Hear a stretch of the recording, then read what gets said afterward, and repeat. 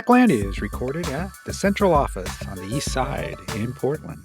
Central Office is a one-stop for all your office or meeting needs. Check them out at centraloffice.com. Welcome to Techlandia, a podcast about and for the technology industry, a place to learn, connect, and engage with leaders and thinkers involved in the technology industry. You can check us out at techoregon.org, Apple, Spotify, or wherever you listen. Thank you for listening and enjoy the show.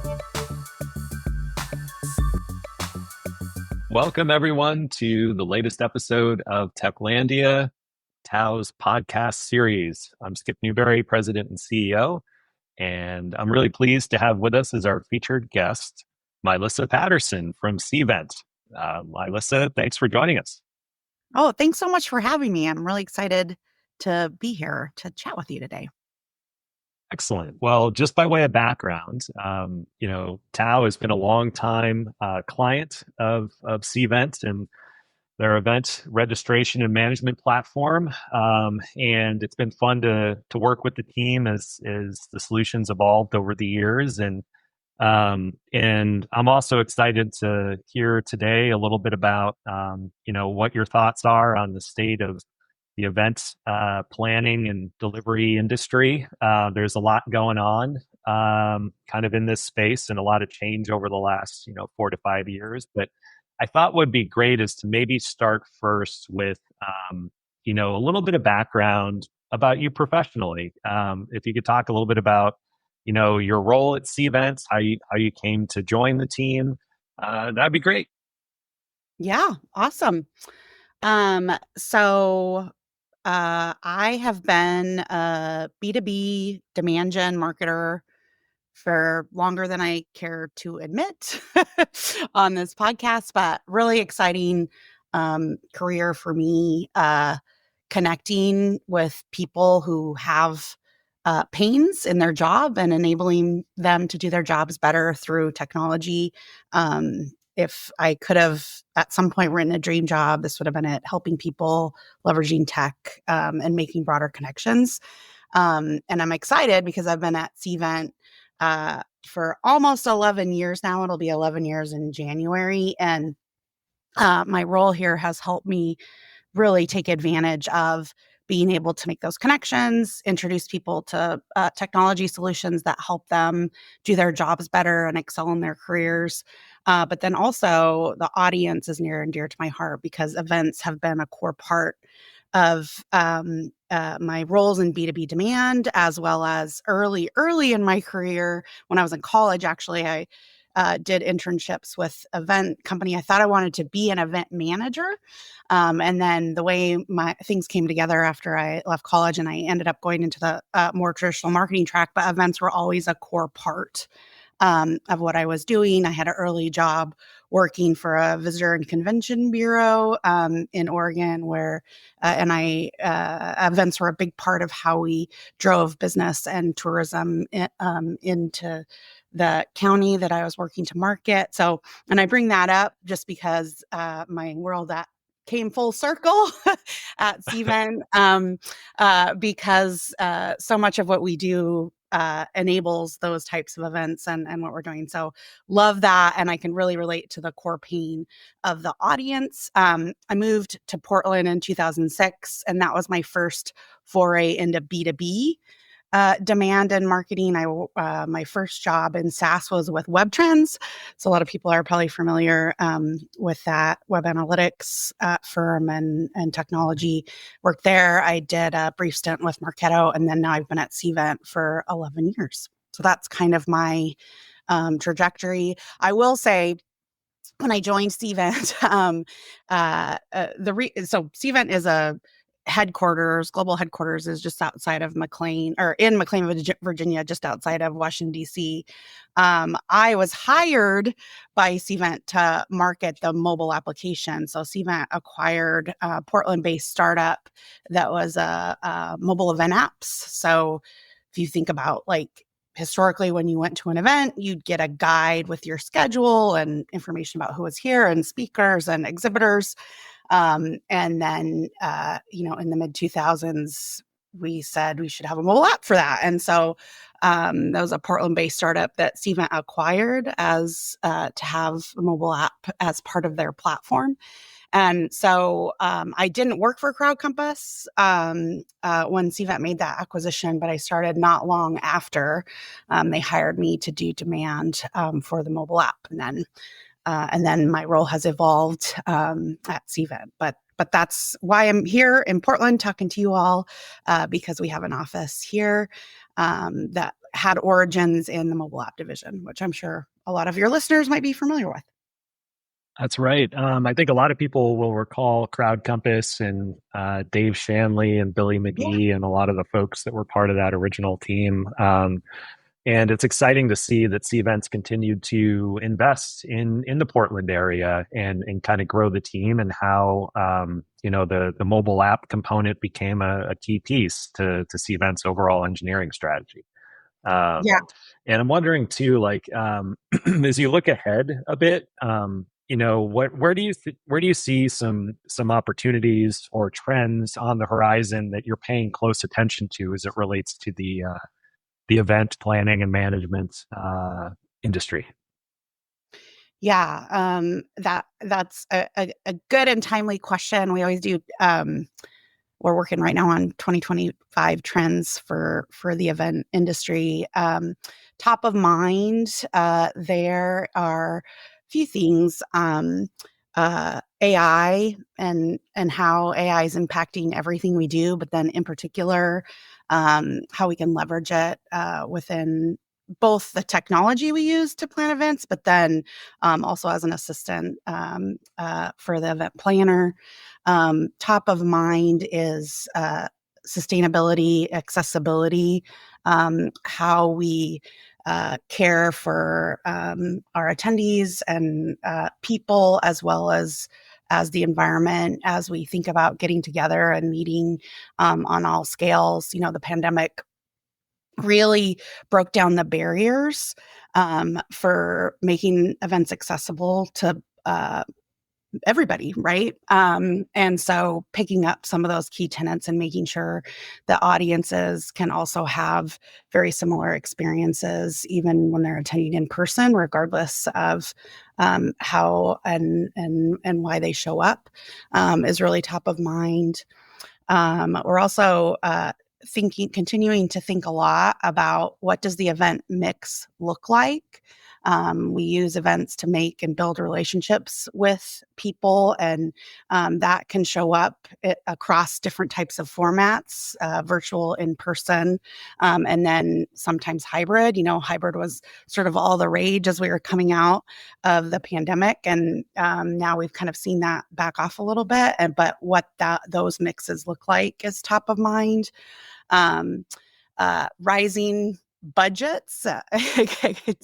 Everything costs more these days. And so how do you gain efficiencies and still, again, make meaningful connections without crushing our budgets? That's super top of mind. So I think we'll release, we usually do 9 or 10 trends for 2025, but those ones for sure will be at the forefront of what we're talking about.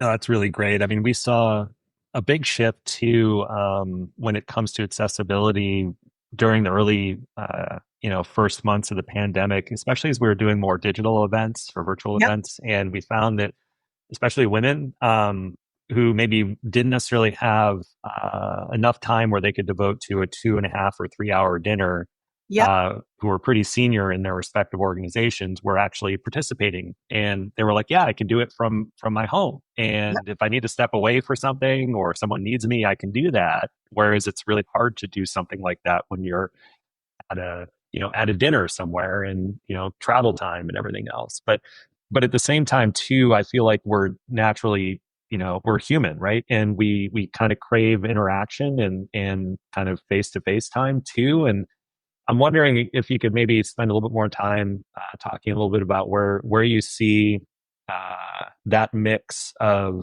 kind of hybrid types of events playing out. Yeah. So it's really interesting. I love this topic. I'll get into that piece, but as a marketer, right, I'm always like, it's always the current. I talk a lot about the currency of engagement, because that's what we're consistently trying to do in both marketing and sales and client services, honestly, as well as like make connections with our audiences and build relationship. And so the awesome thing about virtual is we can extend that engagement to more people. It scales, right? And so it's easier to reach a lot of people in a virtual environment, but oftentimes it's harder to build as deep of connections as you can in person. And so that's sort of the trade-off. In person, right? You can build really deep connection. Like there, nothing beats the power of face-to-face, I say, or like, sitting next to someone or across from someone and sharing a meal or having a personal connection. Like there's something great, so many great things about being able to do that in person, but oftentimes it's harder to scale or more expensive to scale. It's harder, the accessibility piece, it's harder to reach everybody in your audience in those in-person environments. And so a healthy mix includes both of those things, right? Like we want to build engagement at scale, reach as many people as we can. And then we also want the inflection points of in-person to build those deep relationships. Hybrid gives us the opportunity to make a mix of those opportunities. But we all know that it can be expensive to coordinate. It's also a ton of work, not to scare anybody, but it really is. Like, I think, when we were at Cvent, we were launching a virtual platform at the beginning of the pandemic. And we launched it because we had canceled our big in-person conference and user group, the in-person event, and then switched it to virtual. So we launched the platform and hosted what ended up being close to 40,000 people virtual platform. Talk about a stressful environment. Like what a product launch, right? But we were able to do that and learn so much. And then everyone was so excited to get back to in person. And so when we launched our first hybrid again, we're like learning as we do it. I remember like early in my career, like setting up a camera in the back of a room to be like, I'm going to reuse this content. This is an awesome speaker that we invested a lot to get here. And we've got to be able to, I have this like motto with my teams. It's the rule of 5. It's like every content piece we should figure out how to use 5 times. And one of the things that always drove me nuts about in-person events was like you spent all this time and energy and money investing in the content, and it was kind of like one and done. And so I would like try to film the speaker, but it's like such a not great experience when it's like not optimized. This camera in the back, you can't really see the person, you can't really see their slides, right? It's like not great to try to leverage that. And that was sort of like the beginning of hybrid events. But really to have both a virtual audience and an in-person audience have a shared and amazing experience, it's like putting on 2 events at the same time. You get efficiency in content and production, but you have to really think about the virtual audience and the in-person audience, and then not only what their experiences are and how they're happening independently, but then how do you bring those groups together in a meaningful way. And so that's why hybrid can be daunting, especially now that we've gotten some chops around it and gotten skills about really how to do it well. And so it's much fewer events happen in that true hybrid environment. But it's so great when, like top tier VIP, certain events, it makes a lot of sense to go through that rigor and investment. And when you're able to do that, it's really amazing because you get the best of both worlds, right? You get that deep engagement and connection, as well as the ability to scale and really leverage your content and beyond, and then create video assets that then can live well beyond the course of the event. That's another great output of hybrid as well. So, yeah, no, it's great. And when it comes to like large format in-person events, trade shows, really large conferences. Are you seeing those come back in a big way since a big pause during the early years of the pandemic? Yeah, yes, for sure. I think like the last couple of years, we saw big, larger scale events come back, but maybe not quite as big as they were previously, and or like the mix that we saw is maybe organizations would have done 3 larger scale events in the last couple of years post pandemic. Maybe it was one larger event and then a series of smaller events, more like roadshow experiences across the country, things like that. Although based on the data that we're seeing, and then also like our own program at Cvent, which Yep. is sort of informed by the trends that we're seeing and hearing and the demand that we see in the market. Our like last year in San Antonio, we had the biggest in-person event we've ever had. We're actually our Cvent Connect Europe's happening this week right now in London. Same thing. So definitely like we're I would say back in size to pre-pandemic event sizes, where a couple of years ago I would have said fewer, more smaller events, right? Like a larger scale number, but not as big in person and population. hmm Yeah, that's something that we've seen too, just across our member base in terms of Mhm. demand, like a lot of interest in highly interactive roundtables, executive dinners, that kind of stuff. And then, Yep. also highly interactive summits, right? Where it's less of a one-to-many presentation format Yep. throughout the entire day. Instead, it's mixed with a lot of breakouts and stuff. And I'm wondering, are you seeing something similar where like during the pandemic, it was proven that, hey, we can consume presentations and talks in a variety of different digital formats. So we don't necessarily need to travel to a conference to just sit and have people talk to us all day long. We can also hopefully get something interactive out of it. Are Um, you seeing similar trends play out? For sure. Although I will say, like, for sure, the pandemic, we were all looking at formats a lot, and especially in the virtual realm, because, we all got so burnt out. I feel like I'm so burnt out about staring at our screens all the time. So Yes. I feel like there's, so yes, for sure, smaller forms, but I would say even as marketers and event planners, I feel like there's always a lean in on, because the broader goal is make connections, distribute content, have people give people opportunity to network and meet each other. I feel like those are like the core tenets of why hmm we meet together. And I can remember in like the early 2000s or maybe mid 2000s when TED Talks first, or like the Ignite series, we were playing hmm around with formats of like, or like slide roulette or whatever. Like it's like you get 5 slides, distill a topic down to meet people and connect. Because even at that point, we were playing with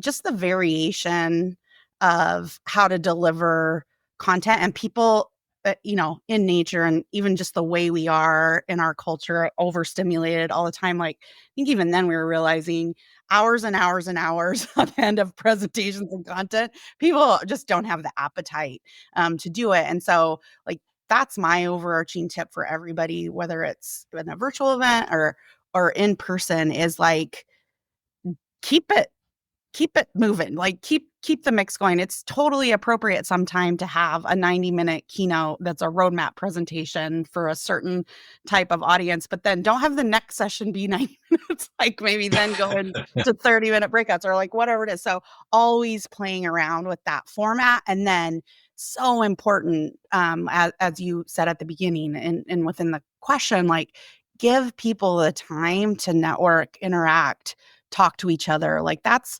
ultimately, it's the human condition, right? It's like, what are other people doing? How do we connect? How do we build relationships, and create networks that help us be better at our jobs, and then also, better contributing members and of society and humans.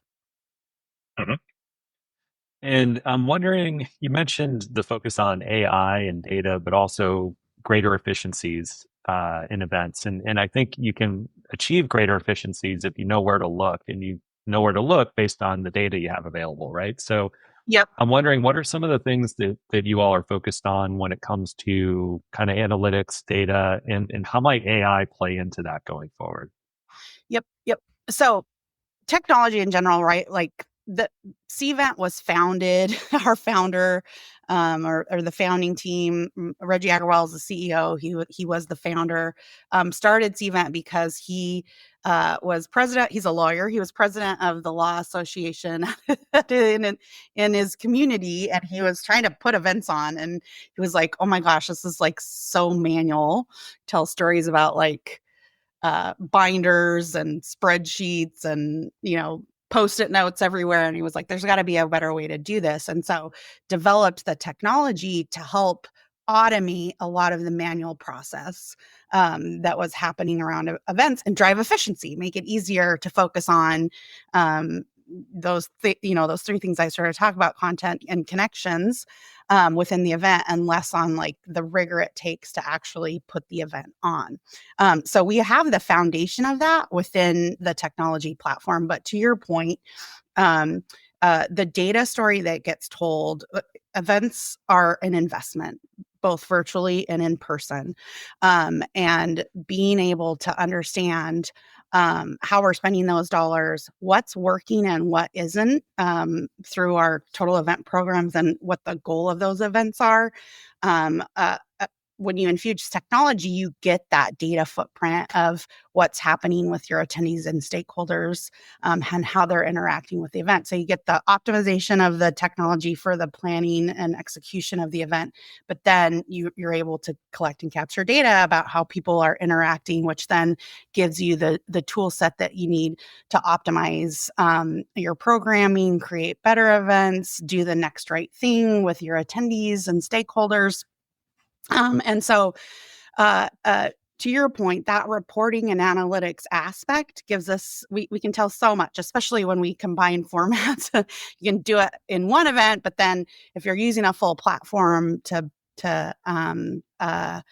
to put on your full event program, all your event types, then you have a data story across your events, across your event types, across your channels, and then across your attendee sets, even across events, to really build those deep relationships with those you're interacting with. So that's the analytics piece, everything from who showed up to what did they interact with to how much do we spend to all of those pieces.